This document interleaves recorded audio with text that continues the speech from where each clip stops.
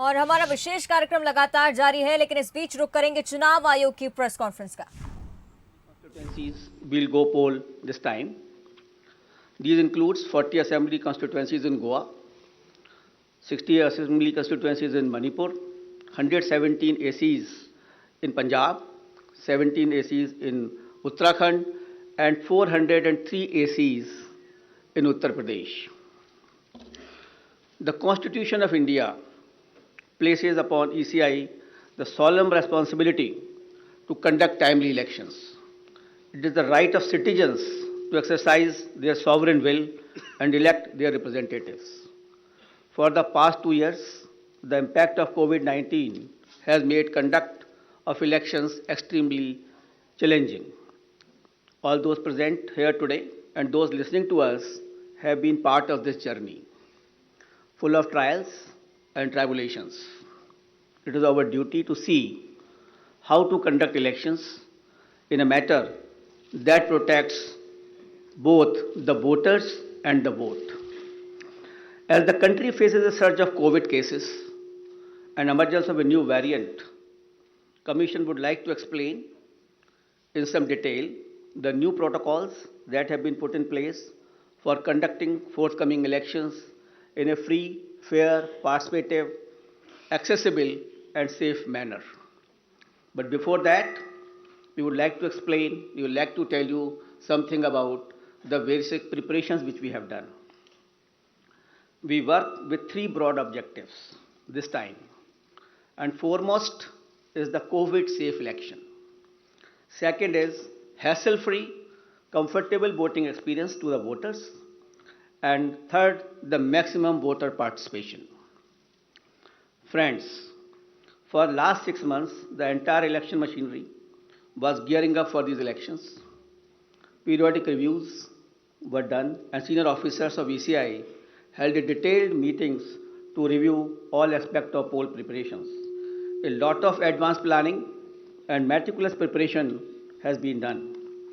In the month of December 2021, Commission visited the poll-bound states to review poll preparedness, and we also had a virtual meeting with the political parties of Manipur and their officers. We discussed with various political parties and elicited their views and suggestions. We also met the chief secretaries, DGPs, DOs, SPs, and various enforcement agencies in the states on various issues of preparedness. As the COVID cases showed a resurgence, especially in view of the new variant of concern, that is Omicron, Commission held meetings with Health Secretary, Government of India, and health experts as well, health secretaries of the states. We also had discussions with the Union Home Secretary on this issue. After taking all these views and the opinions and the ground situation, we decided to announce elections to the 5 states with safety norms in place. At the heart of election process lies the sanctity and absolute veracity of the electoral roll. Subsequent to the recently conducted special summary revision exercise, the final electoral roll has been published on 5th January 2022 with 1st January 2022 as the qualifying date and is available to all political parties. Commission laid emphasis on registration of new age voters, women, and persons with disabilities. A total number of 18.34 crore electors, including service voters, will take part in this election, out of which 8.55 crore are women electors. As a result of the hard work done by our officers in the field, we have some very encouraging figures to share with you. And there was a lot of emphasis on increasing the gender ratio. That is, the women's participation in electoral process. And I'm happy to say that it has been increased in all the 5 states. And as compared to the last assembly elections, and with Uttar Pradesh witnessing the maximum increase of 29 points, followed by Goa 24 points, Manipur 19 points, Uttarakhand 18 points, and Punjab 10 points.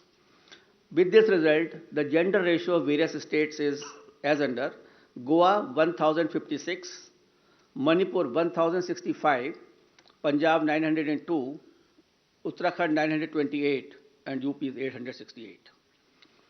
As many as 24.9 lakh first-time electors, that is between the age of 18 and 19, have got registered in the 5 states.